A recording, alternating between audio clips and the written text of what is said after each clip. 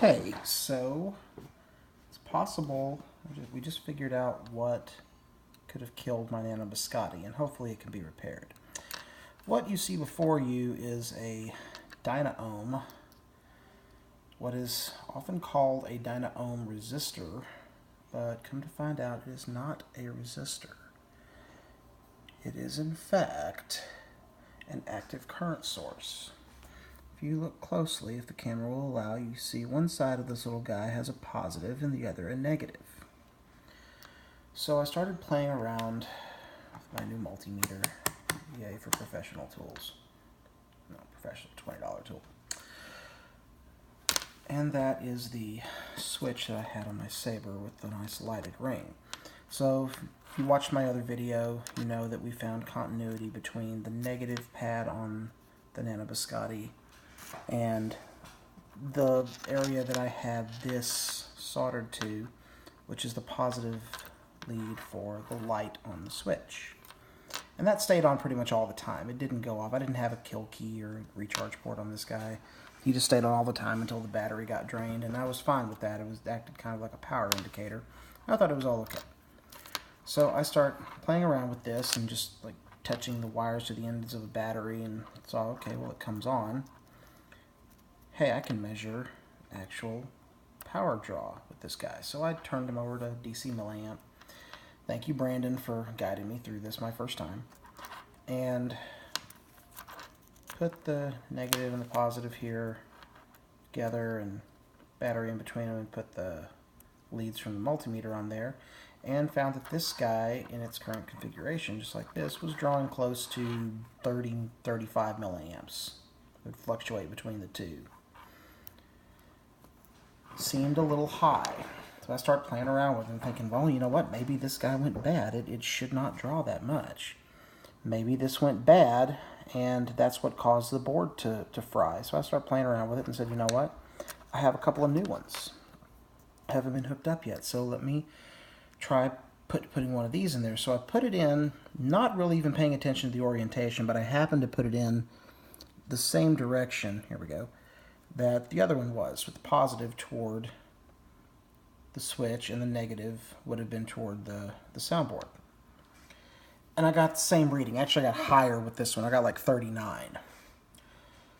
So we were kind of perplexing at that, thinking, well, that's not right. That can't be right. That's when I noticed the positive and negative sides of this guy. So I thought, I wonder what happens. Flipped it. 11 to 12 milliamps. And the light still comes on just fine. So I think that's what happened. That's my opinion right now anyway. This was backwards. This is backwards. It allowed too much draw from the LED, which put too much power through that area of the board and just leached it out and eventually caused a problem.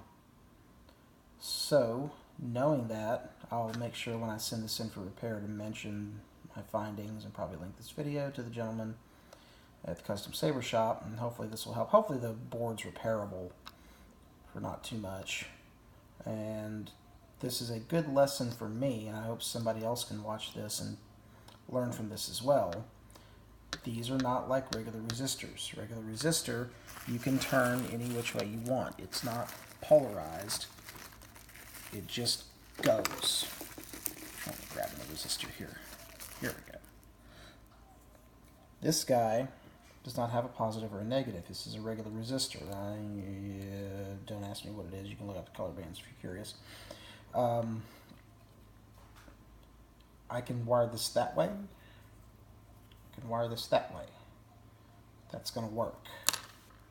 This is apparently not, if you get it backwards. So it was the negative side toward the lead on the switch for the LED inside the switch, and the side marked positive toward where it will connect to your soundboard. Gave me the 11 to 12 milliamp range, where flipped like this, depending on the two, I got between 30 and 40. So be sure to pay attention to that in your Sabre builds. There's probably a lot of you going, yeah, no shit, Sherlock. You just now figuring this out? Yes. I am just now figuring this out because I'm a learner. But I like to learn. That's okay. And even if I have to buy a whole new Nano Biscotti to learn this lesson, $60 is a relatively cheap lesson in my opinion, considering this is fun. I might do a bunch of these. So now I know. And knowing is half the battle. Yes, I had to say it. Thanks, everybody. Hopefully that was it and nothing else crazy will happen. And I bid you adieu.